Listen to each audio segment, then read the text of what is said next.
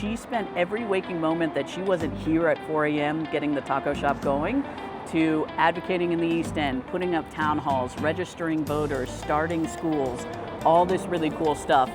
And for people who don't know, Howdy is also one of the recipients of the Vote Save America Innovation Fund. That's how we got taco policy and are going around the state to do this. But it is about, they're actually investing in Texas. Why do we decide to fight in Texas? Why do we choose this battle? It's because it's something we believe in. And one of the best things one of my favorite quotes that has motivated my life is, courage is not the absence of fear, but the understanding that there is something greater than fear.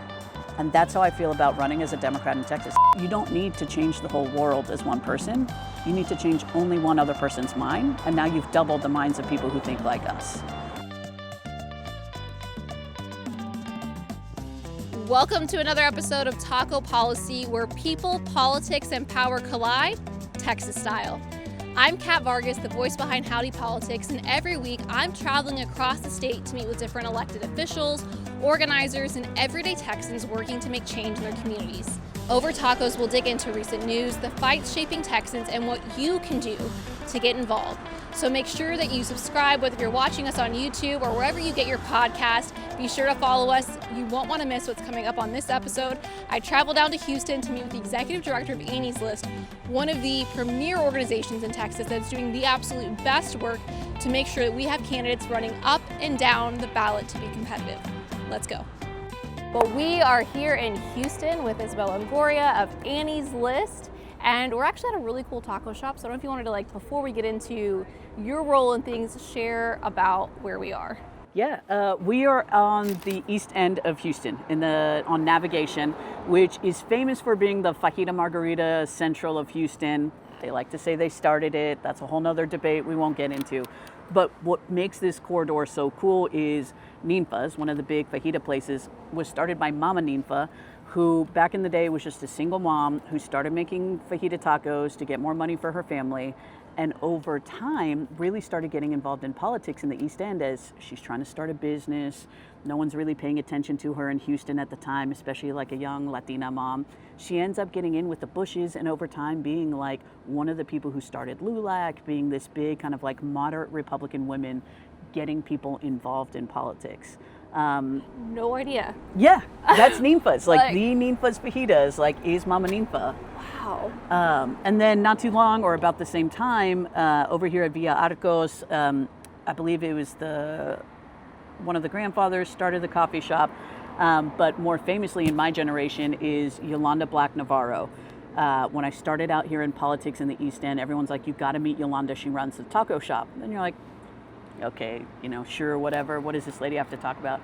She spent every waking moment that she wasn't here at 4 a.m. getting the taco shop going to advocating in the East End, putting up town halls, registering voters, starting schools, all this really cool stuff. And now the third iteration is just down the street again, Doña Maria's, run by this couple who's a retired firefighter and his wife's a retired, I think, teacher. And they run just a coffee shop that, if you're in Latino politics or organizing, every day at 6 a.m., the kind of old LULAC folks are there with the younger folks doing Latino politics. And so it's really interesting that you're doing this taco thing here in Houston. Is tacos and politics have always been a thing in the East End. Yeah, and I did not know all that. That is really cool. I think this is going to be probably one of my favorite episodes now, just because of that little bit of trivia. And so, but it's true. It's tacos are such a natural part, and with LULAC, they do these in Dallas, at least. In Dallas-Fort Worth, they do these chorizo breakfasts once a month that are really great, and it's just getting together over food and talking about this. It's just I think we need to get back to that more, just in our obviously we're very immersed in this and in Texas politics, but we need more people just being you know what, I'm going to sit at the table and talk about it, because I think we have this thing, especially as women, where we're told not to talk about it, that it's not polite, it's not respectable, but it is. These are, when we're talking about kitchen table issues especially, it's a better way than at the kitchen table, over tacos, or going out and supporting local, businesses that are really hurting right now. So thank you for that awesome bit of trivia. But I love the idea of talking and eating over the dinner table. There's a couple of other stories that I've held in my life where I have wanted to start in Houston a club where we just meet for dinner, like the young politicos, because I think what we see in every major city too is, we on the left, as we're trying to create a big tent organization, there's still a lot of Latinos versus Black individuals versus Asian folks, first generation, seventh generation, right? There's still kind of this grouping off that I've always wanted to just have dinner with people. Cell phones down, no posting about it. Can we meet quietly and talk face to face? And that was based off an idea that in Congress, I was learning that one of the big things they used to do is like all eat together in the cafeteria. And one of the things that insiders talk about as like having created more factions or divide is they don't eat together in the cafeteria anymore. So like when you're sitting down with like a Republican or Democrat, you're going to talk about stuff. And then the biology of like you're eating, you're being satiated, the dopamine, the serotonin, you're not hangry, you're not worrying about your next meal. You're literally being satisfied on a chemical level to then be able to talk to each other openly and honestly. I love that. Like, so it's like a political supper club. Because Political you're right. supper club. Yeah. Maybe that's what Annie List like should come out with. I think that's a really actually great organizing. Well, it's also people are really wanting like to find community right now, and it's so hard. We're very siloed online. Everyone's really busy, and it's hard. And a lot of our areas too, where you feel like you're the only blue dot. And I hear that in Collin County where I live, and I'm like, there's a lot of us. You're not like a little blue dot, but people just don't know. And they don't know there's people from like their kids' school who, you know, have the same values as they do. So I think things like that are like really interesting. So even if you guys don't start it, maybe some howdy doers will like start up some supper clubs. Like I think that's like the best idea. But thank you so much for joining us on our third episode of Taco Policy, where we're going to be traveling around the state. And you were one of the people I was like top of my list to get to. That's why we were with you so early on in the season. And you have just been named the executive director of Annie's List, which is one of the organizations doing the most work in Texas, really important work, you know, especially with recruiting, you know, female candidates and really giving them the support that they need. But just really like the ground game, everything that y'all are doing is so great. So I don't know if you want to like tell us a little bit more about yourself, your new role, you know, like what is Annie's List doing for people who aren't familiar with Annie's List? Totally. And I'm a yapper, so you're going to need to like cut me off so I can eat some tacos here. But yes, so, you know, I'm Isabel Longoria, she, her, born and raised in Houston. My parents are immigrants, and I totally fell into politics ass backwards. Are we allowed to curse on Yes. this? Okay, great.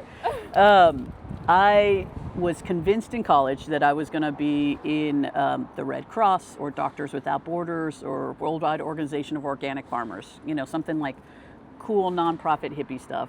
And I 100% followed a girlfriend to grad school. She ended up dumping me. There I am in Austin at the Public Affairs School. It's like business school for Democrats. I don't know what I'm going to do. I get an internship with Jessica Farrar. And this is really important. I started checking her mail, and she's like, "You're so good at checking mail. Do you want to come back and work at the session?" And I was like, "Fine. I'll steal the government's money. I'll use it for beer. Great." That ended up being 2011. This little thing called the Tea Party had just built up and had primaried and run people in primaries and run people in races who had no experience, no background. They were really just like people who were upset with what the Republican Party was doing, the family values, the whatever. Whatever you feel about them, they won a lot. And so here I am working for the head of the Democratic caucus. She puts me on the women's caucus. And for the first time in decades, because Texas up to that point was 50-50, for the first time in decades, the Republican legislature brings up an anti-abortion bill. And I get to write for Carol Alvarado, the famous jelly on the belly talking points. And I was totally hooked. I mean, I think I barely voted for Obama, you know, involved before that. And after that, I was also, you know, these big issues are happening, right? Abortion, the choice issues, the affordable housing, the environment, immigration, it's all getting rolled back in 2011. And I just realized, like, why am I going to send myself abroad? The fight is here in Texas. The fight is right here in the Capitol. I could use, you know, all of my willpower to go start organic farming, which is fantastic. But at that time as well, I was only one of 5 out staffers in the entire Capitol. There's got to be 1,000 people working on staff.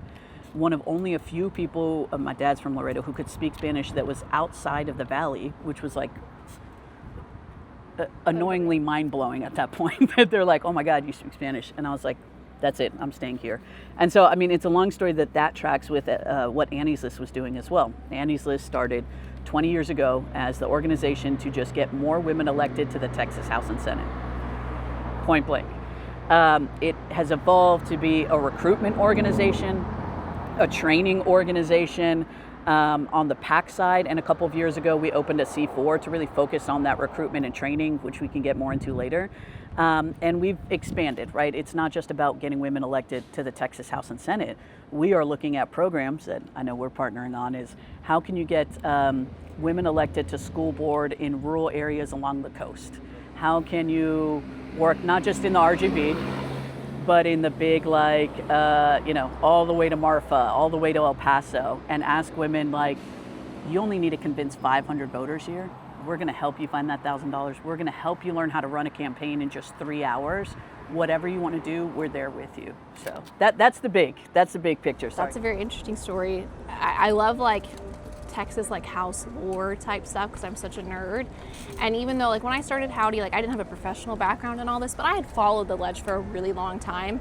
In 2011, like I was in college, I was going to St. Mary's in San Antonio, and like for one of my classes, I had to like watch what was happening in the ledge. Yeah. So and it was an interesting year, and it was like abortion suddenly became a thing where like no one wanted to touch it before, and we've seen like since then it's really obviously gone in a different direction where they're more than willing to touch it. So right now the work has really, I don't want to say that it's changed since what happened in 2024, but it has. Sure. We are seeing trends that we thought were going to hold, whether it's from our Latino voters or women shifting. We're seeing things didn't happen the way we thought they would in 2024. And we had been on this trajectory in Texas where we thought we were going to flip after 2018, and 2024 we actually went in reverse. We lost a lot of the gains that we had made. It's a tough time, to be organizing, and I know a lot of organizations are having to look at, how are we going to meet this moment? So like, what is it that Annie's List is doing different to meet this particular moment that we are in this Trump era? I mean, first and foremost is not giving up. Someone asked me this the other day is, what motivates you to keep working in Texas politics? And I'm interspersing my story here, but I have never in my lifetime, never in the 14, 15 years I've been working in politics, have known a Democrat elected official at the statewide level. That's not why I got in this, because I think we're winning anytime soon, right, et cetera. What comes to mind is the Kennedy speech, and like, I don't look up presidential speeches, but this one was fascinating. Kennedy comes to Houston, and he's trying to get the American people to allow him to spend billions of dollars on going to the moon, which at that time seemed like a dumb idea, right? We've got to take care of housing, we got to take care of healthcare. Why would we spend our money on going to a cold rock in space? So he's at Rice, he's giving the speech, and he says, why does man decide to climb Mount Everest? Why do we explore the ocean? Why does Rice play Texas in football? Because we choose to. We at Annie's List are choosing to continue living by our values of getting more women elected and helping the progressive infrastructure. Because until my dying day, whether there's just one last Democrat who can run, whatever comes next in the violence, I am standing by the person who believes in equality, in fairness, in housing, in environment, in all of the values I care about. That's what we're doing at Annie's List. And I don't mean to say that in a defeatist way, but truly, like, this is not an organization that's just in it for the wins. We are in it to get more women elected to leadership because they're just better leaders, and we're in it to fight for the things we care about. And I think that's where the moment we're in is more people are seeing the fight become more real and are now kind of joining us more and more in good, bad, or indifferent. We're going to be Texans who fight. And I think where Annie's List and on Howdy Politics, we're very similar is we are not setting people up to say like, hey, in November, everything's going to change and we're going to be like, we're going to win every single race and we're going to be the bluest state, like, watch out, California. Like, that's not, we come in with a very realistic of, we are playing a long game here and it's going to take a long time to fully reverse the state. Do I think we can win some statewide seats? Absolutely. Do I think we can flip some seats in the House? Absolutely. But I don't ever want to mislead people into thinking this work isn't going to be hard. Yeah. And that some of this work we're not going to see the fruits of for a long time. And like one of the people I think about a lot is Dolores Huerta, who in her 90s and like is still showing up and still fighting for things that at her age now, she's fighting for a future that she will never see. And she's still showing up. And so I think about her a lot. Like I know like the day after the election, I was like on the couch, inconsolable. I didn't move. I like rotted. I didn't shower or anything. And I happened to, something from her had come up. And I was like, you know what? I wasn't ready to get off the couch yet. But I said, if she's up in her 90s, I will get up, si se puede. And I kind of I don't like to go back to election night, but the day after the election, I try to go back to that moment of being like, no, I said I was going to get up. I'm going to keep going up. If she's going to fight for a future that she won't realize, I can fight for something that might take us 5 years, 10 years. Because I also look at the shift in Texas where, you know, you're a ledge nerd like me. I think people outside of that bubble don't realize Texas was not always this extreme. Nope. We've really seen that shift in the last 10 years and turbocharged in the last 5. But that took them those 10 years to really build that, which means we can also build something in 5, 10 years. And depending on the work we put in is how much we can turbocharge that. So I do have a lot of hope in that. But you shared a statistic with me that I was amazed by when we were inside ordering. And one of the things you said, you know, Annie's List, obviously, when it comes to, you know, training candidate stuff, you're known as, you know, working with electing more women. That's not the only thing you focus on. You do work on other races as well. But you brought up a statistic about, you know, we hear a lot, whether it was the top of the ticket with Harris, well, it's just, you know, it's going to be a man. And we see this down ballot, and when women have a hard time, whether it's imposter syndrome or feeling no, they're more likely to vote for a man. And you told me that wasn't true. Like, can you share that data with me some more? Because that's for sure, yeah. Top of mind now. This is before working at Annie's List. This is like a well-known thing amongst campaign folks, is that if you have a race and you put a man versus a woman, the woman gets, and to be clear, you know, a name that sounds feminine or a woman's name on the first read, right? The woman gets a 1 to 2% bump alone from just man versus woman, if people knew nothing else. I don't remember where that study is, right? But we are seeing it time and time again that we know that more women tend to come out and vote, period. And so it is just naturally a bump. We know this from other things, you know, who's one of the kind of biggest, truest roots to the Democratic Party is Black women. Black women and Latino women vote more than their peers. So even if Latino and Black men are trending a little more right based on different groups, et cetera, it's still women who are more likely to come out and vote, period. So that alone, and it matters, you're right, if you're in a district and you're 10% away from the other person, maybe not. But if you're a Christian Carranza in 118 who's like literally a 50-50 district on the cusp, you want whatever 1 to 2% advantage you can get. Yeah, and it is. A lot of our House races are that close or should be that close if we can fund them properly, if we can get them in programs like Annie's List, you know, if we're running the right people, and if voters show up. And I don't mean showing up in November to vote. I mean we're about to be in primary season, starting to get involved then, knocking on doors, talking to people, but really saying what I've been telling people is 2026 is a huge year, and we'll decide so much for our state and for our nation, and go ahead and cancel all the brunches now. You can carry your mimosa with you to go knock on doors. I don't recommend taking a whole pitcher, but go ahead and take it to go, and you tell the ladies all right, we're gonna walk and knock on some doors, and maybe if we all finish in time before brunch closes, we can make it back. But I think everyone has to do a little bit more than what they did last cycle. And I say that every cycle. It's what little bit more, and I look at it for myself. My husband, of course, is what more are you giving? We have no time. But I have that for myself as well. And so I think we do have to demand more just of everyday people. That I think sometimes we have this thought of, and I definitely did this before, where I thought organizers or even people, that were out block walking, man, that is so great. And I remember after 2022, part of what started Howdy was after Beto lost in 2022 for governor, I was at a church event and people are coming up and I'm saying, thank you for all the work you did this election. And I just started snapping at people. And I'm I carried around a damn clipboard and asked people to go vote. That's not a hero, there's no cape, you could have done it, what were you doing? And my husband was hey, you can't be yelling at people at church, that's not how we're gonna win. We gotta find something. Come back next Sunday. Yeah, he was we gotta have some productive rage. And so that's become one of Howdy's taglines as well.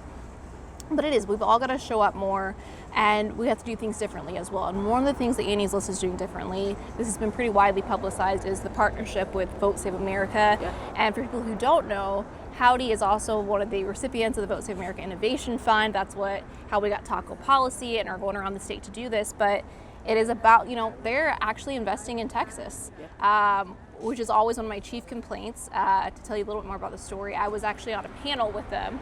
And I was like, well, we need more people like you investing in Texas. And they were like, okay. And Sure, yeah. yeah, and I was like, oh, okay. I thought I was being a little spicy there. But they said, hey, we're partnering with Annie's List. And I knew when they said that, I was like, yes, this is absolutely something that is needed to bring in kind of that national focus. They have that national audience they have. And I think it says a lot that, the Pod Save brand, Vote Save America, that they're behind Texas and they see the shift that's happening. Whether it's these new maps or once the census comes out, we know Texas is going to gain more seats. Some blue states are going to be losing seats. Texas becomes a lot more important. And so there's groundwork that has to start happening now here. Yeah. And part of that is going to be with Annie's List. Like, can you tell me more about that, the partnership that you guys have here in Texas? Yeah. Shout out to VSA. Let's take a step back in our magical time machine on how candidate recruitment has happened up to this point. And even for the early days of Annie's List, to be fair, right, is, establishment, either Democrat or Republicans, for many years, were doing the thing where who's going to run for, House District, whatever it is, 100. And they would go and ask other political people, well, who do you know? And they're like, well, I've talked to this lawyer, or I think this person is going to jump in. It was just so passive. And it usually tends to be, right, lawyers or doctors who have jobs that they can leave 6 months every 2 years when they need to go to the Texas Capitol. Usually men who jump in who, we all know are coded for ambition, and that's super great. But from an Annie's List perspective, not a lot of women were jumping in. And not a lot of women were jumping in because good, bad, or indifferent, they're expected to be the caregivers. And so I get this a lot still is, well, my kids are 5 and 6. I don't want to be a bad mom and miss all these moments in their life. So even if they believe they're qualified, even if it's something they want to do, there's always this caregiver thing. All right.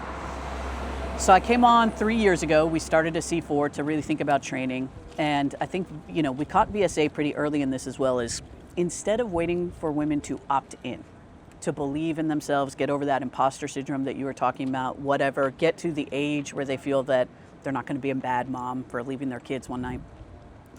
We said, let's reverse it out. What can we do and change about our program to get more women able to join us? So for example, instead of having our training events that are 2 full days every month for 6 months, that's a lot of time, not just for moms to give up or caregivers, but just young people to give up. You're already working. Who wants to give up their whole weekend? No matter how passionate you are, I don't want to give up my whole weekend. So we started doing 3-hour campaign courses and saying, in 3 to 4 hours, yes, on a Saturday, or virtually on the weekday after you put your kids to sleep, let's give you a crash course in campaigns. If this is something you're kind of interested in, there are other groups, right? There's National Democratic Training Committee, Run for Something, Arena, etc., who can take you further. So we started shifting how we were doing our training to make sure we are more available to younger families and younger folks. And then on the recruitment side, we're working with this other organization, Pipeline Fund, that granted us essentially this database that says, all these groups who've been doing it for 10 or 20 years, they are going to give you their contacts. So Contest Every Race, Run for Something, National Democratic Training Committee, they have given us the thousands of people they've already trained, put them in the database, and VSA, Pod Save America said the same thing. We have an audience, they are motivated, they are smart, they are ready to fight. What can we do to hand them over to you in Texas to get them trained locally?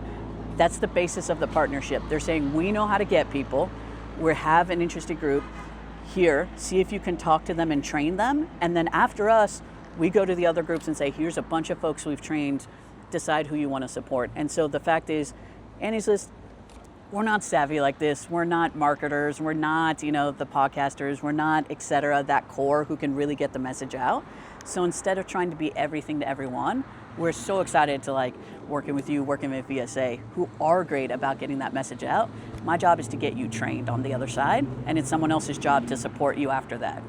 I love that because it's very hard.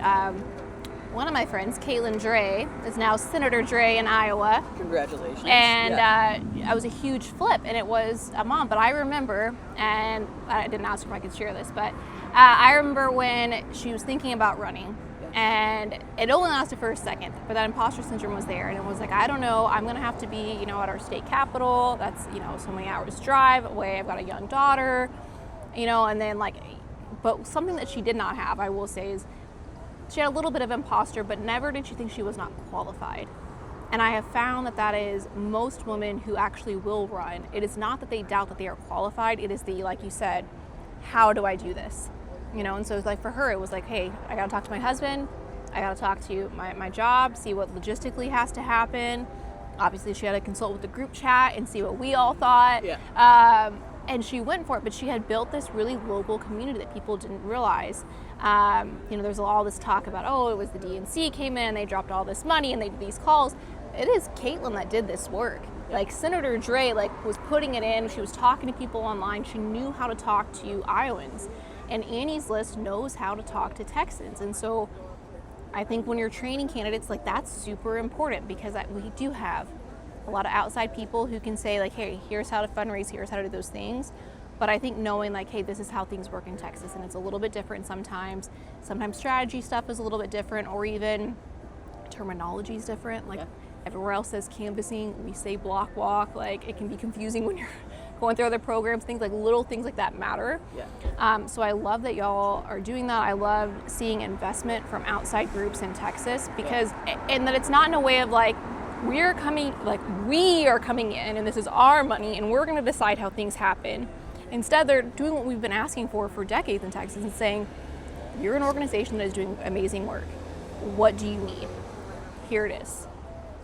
And trusting y'all. And I think that says a lot for Annie's List as well, for such a large outside group to come in and say no, we know that you do the best work and we can trust you with this and your instincts are going to be right on.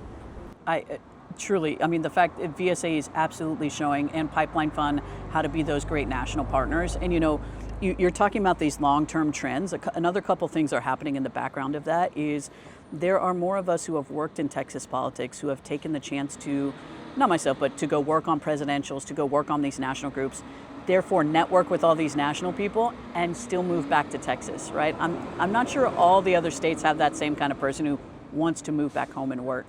And so we're getting out there showing we're professional, and we're showing that Texas friendliness, I'm learning, is our secret weapon. There are other states, love them, who just aren't as friendly, who are a little more protective about who's coming in, XYZ. And so one thing I love and that we aspired to do at Annie's List is you still have Latino Victory Funds. They do, I think it's 4 or 5 national trainings. They'll fly people in for their trainings. They keep coming back to Texas because we help them find the location. We get people to their training. Instead of saying, hey, buzz off, we already do that, stay out of Texas. We're the more the merrier. Come do your training here. Come show that Texas is cheap to fly to and easy to work with, and we will help train and we'll help get you your metrics as well. And so you'll find something about me is we will go, you can go, what's that saying? You can go faster alone, but further together. Yes. 100%, I think we're finally shifting around in Texas politics to see that, right? And as evidenced by this, right? Maybe I can go faster, but it is more important to go further together than get there faster. And I love that. Something that I really focus on, and I have a mental list I keep in my head. And Annie's List is on the good side of my list, where it's just a fact that in Texas politics, I think worse than in national politics, at least in my experience, there are a lot of gatekeepers. And it is the smallest fucking pond to want to be king of, but people do. And so I'm always looking at who is instead saying, I want to build a bigger table. Sure. And have the attitude of, it is going to take all of us. And that's a real great campaign talking point, but not a lot of people are actually doing that in principle. And Annie's List is where, like you just said, it's, no, I will refer someone to someone else. If you're doing that work, why would I need to own it and double it if I'm like, no, like that makes sense. We have such limited resources here. Like, let's outsource like what we can. Let's all work together and have it work. And I think that's so important. It's one of the reasons why building tables is so important. And that it's not, like, even in the content creation world, no, I was like, it's not in competition. Like, I want, like, during the quorum break, there were some smaller creators that I was like, let's really focus on using this momentum right now to grow your account. And there were some that we were able to double their account. And it wasn't, I'm not worried about competing with you. I can't cover everything. If I've got another person who's got a big reach, one, if I can't cover something, I know you can, that's great. Or if we both do, that's still a greater reach for us in total. Some people just don't like me. Maybe they're gonna like your voice better. Maybe you tell funnier jokes than I do. Like, whatever it is, I'm like, it all helps. And so I think that it's really great, really important. And I do think it's a stereotype, but it can be true that with women sometimes there is even more of that gatekeeping. And what I have noticed is some of that is because of how hard you have to work to kind of break into this. And so you sometimes feel like those that are coming up behind you, like, no, you've got to earn it and, you know, earn your keep and things. And that sometimes keeps people from running. And it does cause that imposter syndrome. People think that, you know, like before you and I had chatted, I was like, man, you have like the most, and you do now, have the most extensive experience. I thought you'd always had this like great, amazing experience. And I'm like, this is this expert. And then when you told me your story, and then I was just like, you know, I'd worked in the ledge and I just kept showing up. And like for me, it was, I didn't have professional experience in politics or on social media, and I just kept showing up. And I have learned, even when I'm like sitting at tables, you know, in the White House in the last administration, I'd be sitting with someone who was the same thing that just showed up. Yeah. And didn't have this whole huge thing. They just cared and they became an expert on whatever that one little thing was. And so how do you work with women though who do have that imposter syndrome, who do think, no, I either am a stay-at-home mom, or I'm a teacher, or I'm an accountant, whatever it is, I'm not a lawyer. Can I do this? Yeah. That's my favorite kind of person to talk to. There's a candidate, for example, in the Killeen area who ran for county commission, and I'm desperately trying to get her to run for state house. And she is one of those who's got young kids and is really kind of considering, and can she leave, etc. And I just double down. I'm like, if not you, who, right? If not you, when? And, you know, kind of taking it back, I don't think it was an accident that when I first started working at the Capitol, it was when the Tea Party was going in. And it has really always made me think the barrier to entry for them jumping in on the Tea Party side was low, right? They are equally parents, workers, teachers, etc., who thought, I just don't like what's going on right now. They were scared shitless that the moderate Republican machine would vote them out, and they still ran. And what I really want, and I use that with folks who are thinking about running on the left, right, is we just need someone to run. So many of these seats could be flipped. We just need a warm body at some point. And we can get into some of these statistics, right, is if we have no one in that seat, then people like Annie says, we have nowhere to put our money. The Democratic Party has nowhere to put their money. If there is no candidate, there is nothing that we can put. Like your friend who ran, right? Yes, maybe the DNC or whatever came in and helped and gave her money. They could only do that because there was a candidate in the race. So for some of our uncontested races, when it comes to school board or city council, especially in our rural areas, I say put your name on the ballot. Even if you don't think you're going to win that year, winning is not always the goal of running a campaign. Might be shocking to hear from Annie's list, especially like in our rural areas. We have folks running, for example, in Beaumont, in Killeen, in Tyler. We're looking into the Denton area, etc. And one thing I tell people is you're going to be a magnet, right? Before you jumped in, Kat, who was talking in a way? There are some people who are listening here because every other way of communicating to them just didn't work or wasn't accessible. It's the same for running for office. There are some areas that have never seen a Democrat run on the ballot in my lifetime, in 30, 40 years, because they're scared of losing. If you take that fear away of losing, if I told you were going to lose every election for the rest of your life, and I still want you to run, because you're going to find other women in the area who have said, I was waiting for someone to run, I didn't know where to start. You're going to find other Democrats who are saying, man, I've got money, I never want to give it to the Republican candidate, but I will give it to you. There are going to be organizations like us who are saying, oh my God, we have been looking for people to run. in Beaumont and Jefferson County for years. Thank God you jumped in, because now we can organize around you and build that infrastructure. So at some point, what I tell them is, if you're worried about winning, that's the wrong question, right? Why do we decide to fight in Texas? Why do we choose this battle? It's because it's something we believe in. And one of the best things one of my favorite quotes that has motivated my life is, courage is not the absence of fear, but the understanding that there is something greater than fear. And that's how I feel about running as a Democrat in Texas. I even did it myself. I put myself on the line. There is something bigger than winning. It's about putting your name on the ballot and saying, these are the values that someone cares about in this area. And that's what I share with women. And I love it because, one, down ballot candidates, it helps our statewide race. So even if you're in a district that, I'm not gonna lie to someone and be like, hey, you're not gerrymandered to hell, because some districts you are. Yeah. And you still run because, one, it helps with that statewide. It helps with what you're talking about to help build coalition for future cycles. But there are races also that are winnable.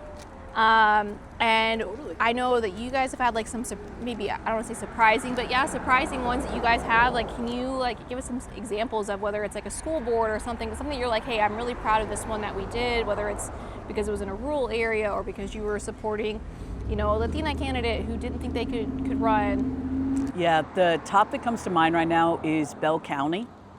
So Bell County is Killeen and the military base around that.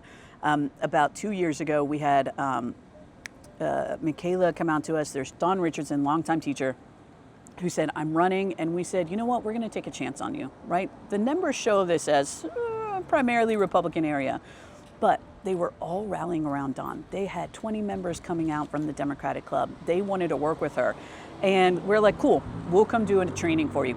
And all the training Annie's List does, it's completely free to those organizations. We buy the food, we buy the space.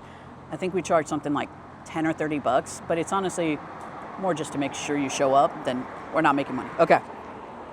So we go to Bell County, we say, Annie's List will do a campaign 101 training. They packed the room, 20 people. They found some people who they had never talked to, and they all just organized themselves. And I heard over the next year, the fact that they were going out for Dawn, that they had all these block walks. Now you've got Crown Grain, now you've got Texas Organizing Project. Because there were people who were so inspired to run, then they had that woman I was talking about run for county commissioner. There were a couple of people who ran for their local city council, I think in Harker Heights, and ended up winning. And the whole idea is Harker. No one would think Harker Heights is no one's, it's on no one's map. Sorry, Harker Heights, it's on no one's map. They're doing the good work for the people there. Even more interesting is that Killeen is a military town, and this is a trend that we see flipping as well. The military for many years was recruiting and organizing in primarily low-income Black and brown communities. So that means you have even more people who are inspired to public service, who are great at organizing, who are Black and brown Asian individuals themselves and believe in these values of equality, that are also really pissed off in these military cities that their spirit of public service and dedication is being abused for political purposes, at least more overtly now. And so it's Tyler, El Paso, San Antonio, Killeen, you've got these kind of, especially women who were in the military, bubbling up and now running for office. And so, Gina Ortiz-Jones is a great example in San Antonio. I'm not sure that answered the question, but no, I love it. These are the kind of counties where, again, Annie's List is not excited because we flipped that House lead. Annie's List is excited that women are stepping up, organizing and leading. And I can say there's a club in Beaumont that is doing the same thing. There are 2 organizations in the Rio Grande Valley, all led by women, and honestly moms after 2024 who were pissed off, jumped in and said, I'm just gonna start something and we'll see where it goes. And that start something happened, and now we're here. And now I get to talk about Bell County because those women decided to organize and get to a level where an Annie's List could find them. Not Annie's List went and found a magical person, and that magical person became the leader and the savior, etc. We need people to kind of plant their own seeds so then I can come through and water them. I love, it's so important that we organize in rural areas. So I love that we've got to be competing everywhere. And we do need to increase turnout in our big cities because we need Houston. We need y'all to carry us. Dallas, we need y'all to carry us. But we will still got to pick up those votes there, and people need to have hope in those areas. Another area, though, that I am really hyper-focused on is down in the valley. Yeah. And it's an area that at the top of the ticket with Trump, we did see a shift. Going down ballot, we did not. We still did maintain the valley, lowered, on the ballot, even Allred still won the valley by 4 points. Still a considerable shift from where Beto had us, but I don't want to ignore that. But I do think what happens in the valley is going to decide the direction of our state. And we cannot win statewide or even some of these congressional seats unless we decidedly win back Latino voters. So is there work that you guys are doing, whether it's in the valley or, Latinos are everywhere, we're all over the state. What are you specifically doing for that Latino outreach, whether it's getting candidates or helping the areas that are, districts that are 80% Latino, even if it's, do you have target districts that way, I guess is what I'm saying. Yeah. I'm going to tackle this on a couple of fronts. One, I think a bubble within Texas politics, even in progressive left-leaning politics, where so many of the people who were leading the statewide organizations were either from Austin, Dallas, or Houston. And I have seen a shift in the last 3 to 4 years of hiring people from the Valley, right? So again, Isabel Longoria, whose dad happens to be from Laredo, I'm living in Houston, was for many years like someone considered an expert on Latino politics in Houston and beyond. I should not be. I'm happy, right? There's a whole story, but no, it's someone who's grown up in Harlingen and Edinburgh and Brownsville, et cetera, should be who we are talking to and hiring to then lead that work. So I'm very happy to say we've done that on the Annie's team. I know everyone's doing that. So it's like mind-blowing. Hire people from the area, right? Invest in those organizations. I think the shift is not necessarily that Latino voters flipped Republican. And this might be a little kind of controversial to say. I think it's that we in Democratic politics as a nation, we're treating Latino voters as a given Democrat. And this is, I'm going to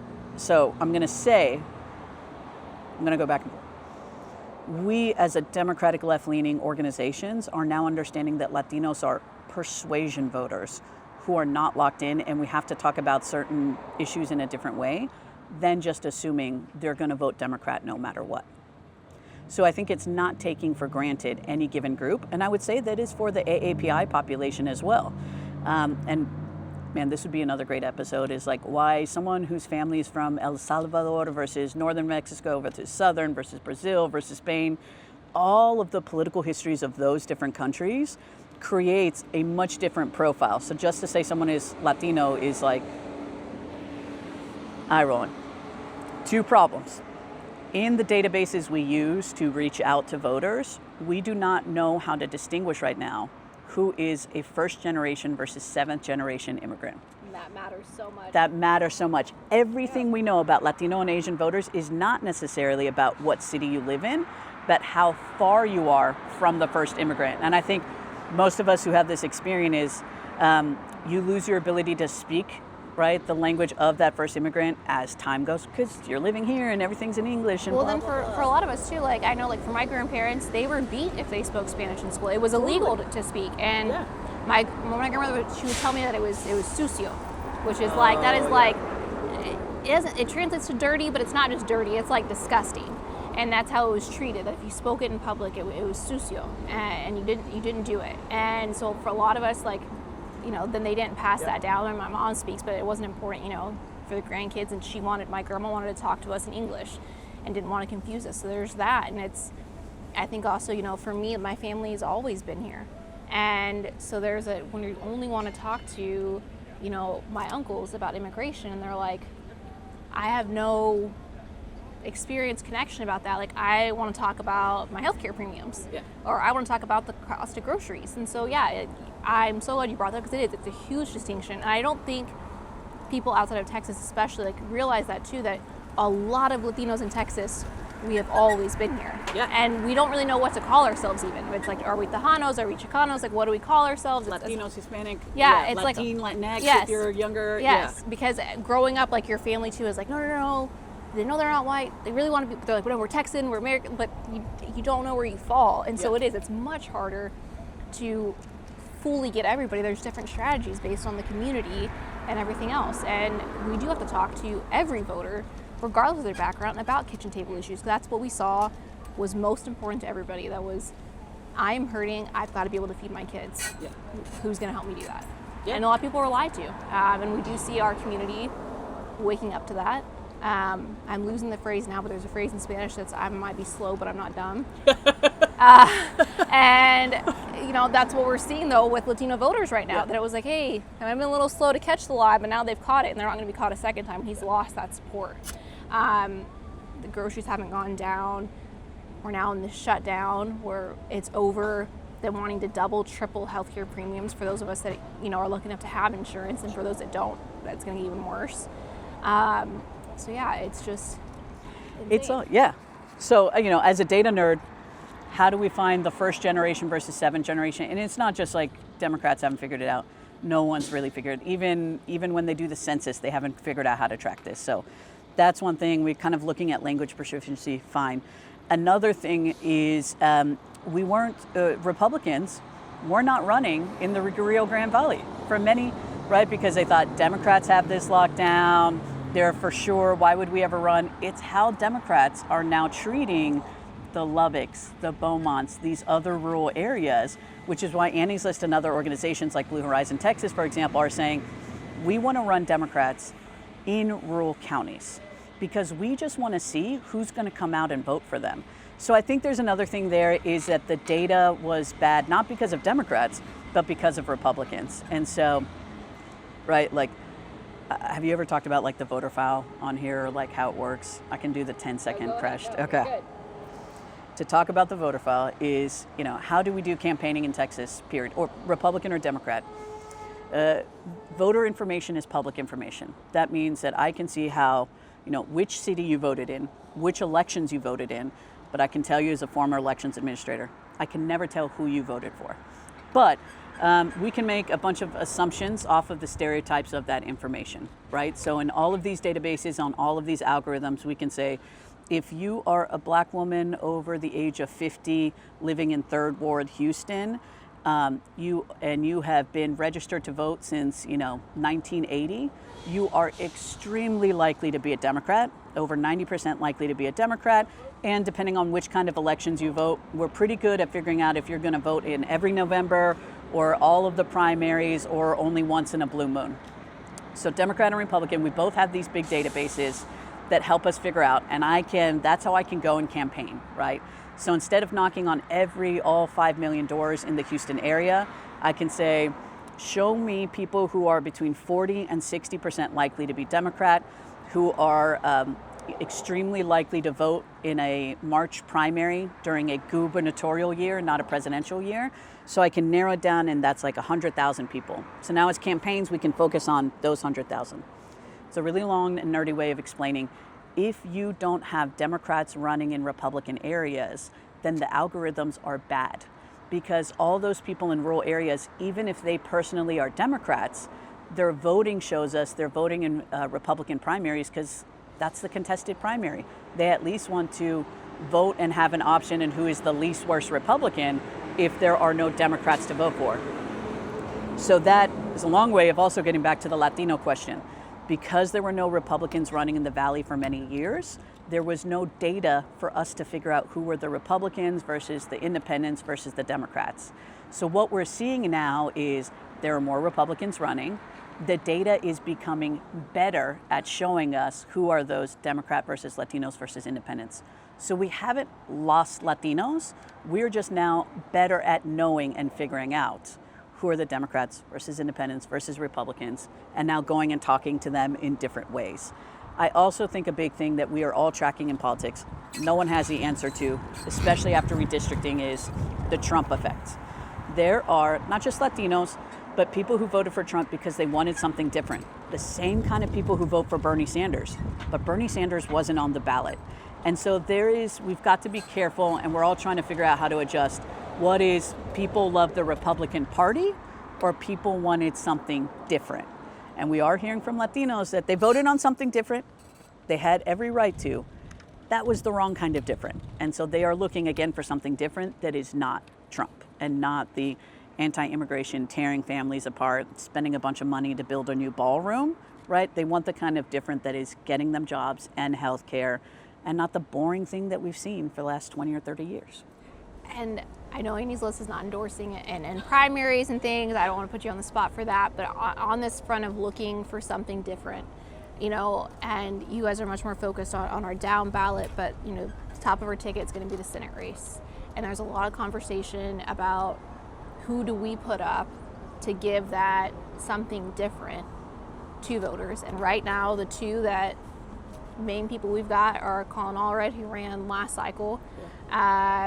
It's been less than a year since he lost. And we've got James Talarico, state rep from Austin, who has really just had this huge rise, really since the summer. Really, like, it was, is he going to run? He's kind of thinking about it. He went on Joe Rogan, and once he went on Rogan, there was no question this man was running for Senate. Like, the views, everyone was going nuts. But they're very different candidates. We saw, I will give Allred credit. He's running a much better campaign this cycle. He's actually out and present in communities. Something that he was heavily criticized, last time was that we did not see him out in community. We're seeing that more. But he's seen as much more moderate. There were a lot of times he took votes with Republicans, including on the border and other issues. When we were talking about, trans rights, he's kind of now is not even wanting to talk about it at all. And then you have Talarico, who he's not this like extreme leftist, but he's come out and said, like, what's happening in Gaza is absolutely wrong. I will not accept AIPAC money, which is for a lot of people is, I don't want to say it's a purity test, but it is something they're looking at. Sure. And he said, I'm not doing that. But he's still pretty moderate. He's known in the House to, reach out on the other side, to see what he can get moving. He has a very calm demeanor about the way that he talks. He's got the whole preacher vibe going on. So there's talk of, okay, can he still reach, those moderate people by coming at them from a faith perspective?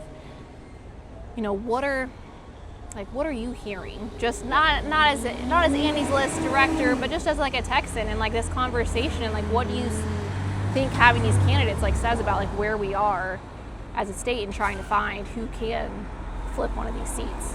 What I'm hearing as a Politico, yes, Annie's List would still love for a woman to jump in. I am very excited that Gina Hinojosa and Vicki Goodwin are going to carry the top of the ticket as governor and lieutenant governor. What we're hearing about the U.S. Senate race, and you're right, it's largely Talarico versus Allred right now, is exactly what you're hearing. Allred did it last time. He's been running for quite a while. He's been putting money, time, and investment. He heard about what he did last time, which was a little too Dallas focused, and he's hiring all the right people who are saying, yes, we're going to be out in the state. I'm going to go, he's like working behind the grill with people. He's collecting those stories. He's absolutely shifting around. So there's something to be said for a guy who's been running. No matter if he wins or loses, he keeps putting his name out there to make sure that there is focus on Texas. You got to give him credit for that. Absolutely. He is a little more moderate. I think he is, his stances are true and left. And I think it is an important question to ask ourselves in the same way that Cornyn is a moderate Republican, right? He did not go to the extremes that Ted Cruz has. There is something to be said for a Texas that is still light purple on kind of moderating. And I think Colin's thing is, I don't want to go so left right now and then lie to you, or you feel lied to that I have to moderate to go into a November and win the state. So firsthand, it's a good question. Would you rather have, kind of a moderate, steady, yellow dog Democrat win? Or do you want to take the chance on a Talarico who is, doing the social media thing, trying out this different messaging, being a little more bold, and he is getting more attention for it. We see the same strengths with Jasmine Crockett. We see the same strengths with Mamdani and AOC, et cetera. But that strategy only works if there is a groundswell of people that also vote for him. So I think the Talarico is he's kind of expanding, and quite honestly, it's a little too early to tell, right? All the politicos have been watching it. I think voters are just now catching up. They've got their fundraising numbers that came out. I think you're going to really see through November and December them hit their stride as to who they can bring along with those messages. It is a core and will be for the rest of time for any political group. Do you go with the person who's getting more attention, who is speaking truth to the power of what the kind of base of your policy is on the progressive side? Or do you go with the guy who probably by the numbers might have a better chance of winning in November? We also don't know what the Trump effect will be. on the backlash on Trump, on Mamdani, he's in New York, but inspiring young people to say, right, and the socialists and the leftists of saying, we can actually back someone. Look at what's happening in New York if you come out. And so what I love about your message before is, if you like what Talarico is saying, show it in some way. Because we can't just sit here and guess as politicos. We need people to start giving us signs. Are you liking his posts, right? Even liking a post, even following him on social, even sending $5. I'm not asking people to be the $500 donors. It matters just as much. Does he have 1 million $5 donors, or does the other guy have, whatever the math is, 500,000 $100 donors, right? We look at all of that, and it truly, truly, from the bottom of my heart, it is too early to tell what is going to resonate with Texans, not just through the primary, but through November as well. Yeah, it seems like it's shifting so much, and it's so surprising to me, even as we're in this shutdown, and the polling is right now, people are blaming Republicans, but most people, I would say, probably aren't even aware that it's happening. It's one of those things that, again, when we're in the bubble, it can be very hard, and it can feel like, yes, we're winning on this, but it's hard to know outside of that now, the average person who's sitting at home, like, what do they know about what's happening? And so how will that impact their vote? And there's a lot of time between now and November for people to move on and forget and see those things, and it'll depend on what happens with premiums and all those things. So, we see that. We see with redistricting, it's a little bit hard right now on candidate recruitment. People are kind of waiting to see what happens with these maps. They just finished the court case, or at least hearing the court case this week, so hopefully we'll be getting updates soon on how they decide. I'm of the opinion that these are going through. I hope I'm wrong. But I think once that happens, we'll know more about our congressional candidates. Because I know even incumbents are trying to figure out which district am I going to fall in. Because, up in North Texas, we've got Crockett was drawn out of her seat, but could still run in that seat. We've got VC drawn out of his. We've got Julie Johnson. So they're all going to be kind of competing for these 2 seats and figuring out, who's going to run for what. Luckily, most of our Democrats have a pretty good relationship with each other. And I know they'll make strategic choices, but it makes it harder for the rest of us organizing to know what to expect. And they were intentionally pitted against each other. Yeah. I want to get that, we just saw this in Austin, that Kassar and Lloyd Doggett got drawn into the same district. No one wanted that. Let's all be clear. Lloyd Doggett is a good long-term Democrat who has been a good, talk about straight white dude Democrats, he's been like a good dude. And he was intentionally pitted against Greg Kassar, and we had to make a really terrible decision. I know Greg, he's from Houston. I've known him since high school. I'm not saying that it shouldn't have been Greg Kassar, but the Republicans intentionally pitted us against each other. Don't let those fights then, for the folks in Austin, for example, if you're bitter that, Kassar is going to end up running in that seat instead of Doggett, don't forget who the real enemy is. The real enemy is not left versus moderate. The real enemy is left versus right. I think that's such a good reminder, especially, in primaries, and it's a good reminder for me because I get so invested in these things, and I've been very open on Howdy that, Talarico is the direction I'm going in. Sure, yeah. But it is a good reminder that whatever is decided in March, that's the nominee, and Howdy will be 100% behind that nominee. Totally. And that the enemy still, even if, there's votes I haven't liked, Allred saying there's votes that Talarico's taken that I haven't liked. But they're not the enemy. We are, running against on that Senate side against Cornyn, who used to be moderate. I don't know that I would call him that now. He doesn't say things. He's very careful in that, he knows not to say things out loud that are extreme, but his voting record, he votes the same way that Cruz does now. Yeah. They're cowards. Yeah, even the Bipartisan Safer Communities Act, he got all this credit for, and now he's walked back from all of it. And basically said that everything I didn't know it was doing this. I'm like, you were the one writing the bill. I knew people that were in the room, working with your office and Murphy's office. Cornyn had exactly what he wanted in that bill and is now walking it back.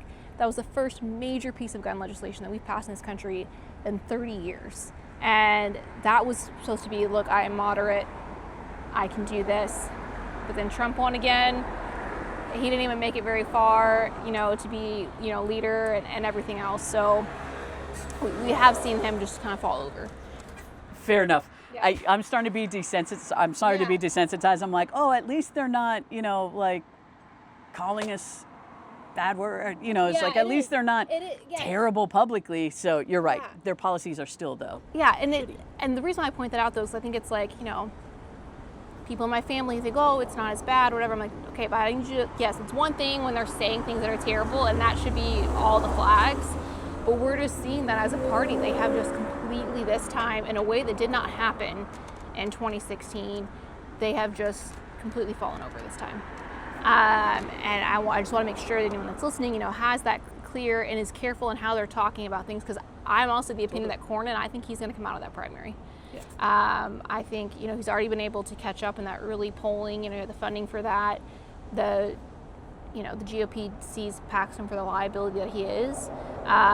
There was, I think it's that he would cost like them like 2 or 3 times as much money to put Paxton through than it would Cornyn. So that's why they're all backing Cornyn. And I think he does come out ahead. And so I just want to be very cautious of if we're painting him as the lesser of two evils, when it's like, hey, how they're voting's the same. And people have to know that Cornyn is someone that we don't want in office. It's very different than even Cornyn of 2020. When he was in, you know, when that was with the Hagar race, and he was like, I don't agree with everything the president does, because he knew that it looked like Biden might win that, and so he was much more careful than he is this time. His wagon is fully hitched now. But talked about a lot of like gloom, and talked a lot about Gloom? or just that, you know, things take a long time, and Yeah. it's not going to be a quick fix in Texas. But what is giving you hope right now, in this moment, in this state that can sometimes feel so dark, especially like there has not been a time that has felt to me as helpless as what we're living in right now. We're seeing our neighbors being, you know, pulled in carpool lines at school. We have people that are afraid, you know, tomorrow's gonna be the No Kings protest, and there are people that are afraid to go. And we're making plans for, all right, make sure you're using this app to communicate and turn off location, and things that like we might have done before, but it was kind of a like being over prepared, and now it's like, no, like people are scared right now. Yeah. When people get scared, they take action. You know, there's another quote out there that change only happens as much as it hurts. And not that I want us to have gotten to this point of hurt, but we were not having these huge No Kings protests 2 years ago, 4 years ago, 6 years ago, when us in the political realms were trying to ring the alarm bells. In 2011, like, this Tea Party thing is bad. They came in overnight and they are shifting everything. We're screwed for 10 years. Sometimes it has to hurt enough for people to get engaged. I don't want that, but here we are. And it's hurting enough for people to get engaged that weren't engaged before. So what's bringing me hope is that people are actually getting engaged as things ramp up. I would be much more scared if things were continuing to ramp up and people were like, oh, you know, don't be so alarmist, don't be so scared. People are saying, no, I've seen what happened in World War II and World War I. I've seen what happens in other countries that went fascist. Like, we're not going down without a fight. So the fact that more people are getting up and fighting is fantastic. And, you know, what you were saying, and to bring it full circle, right? I don't need everyone to go to the No Kings protest. I think the ACLU came out with something interesting. If we can get at least 3% of the population of any city to go out to a protest, that is the flipping point then that they have seen in other countries between descending into fascism and not. So you just need not all 10 of your friends, you need you and one other friend to go to this protest. And if you've got kids, if you're worried you don't want to do the protesting, great, host a taco dinner and invite those friends who never talk about politics and tell them about the tacos we had today and have the same conversations with them. You know, you don't need to change the whole world as one person. You need to change only one other person's mind, and now you've doubled the minds of people who think like us.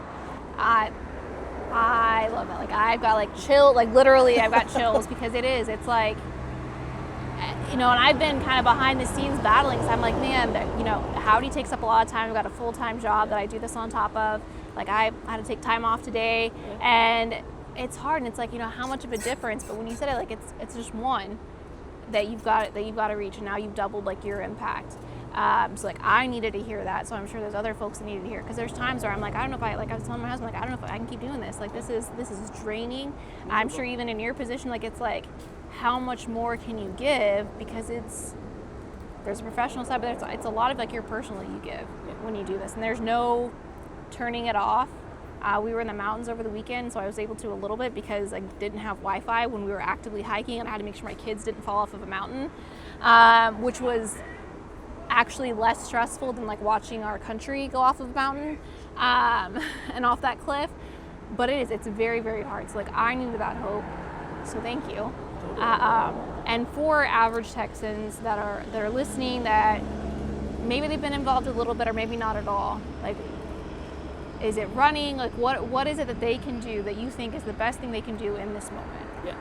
Well, listen, I have to plug Annie's List, right? We offer, if you go to our Annie's List Training and Engagement Fund website, we offer those Campaign 101 classes. And it's not just if you're running for office, it's truly like we were talking, how does the database work? How do people campaign?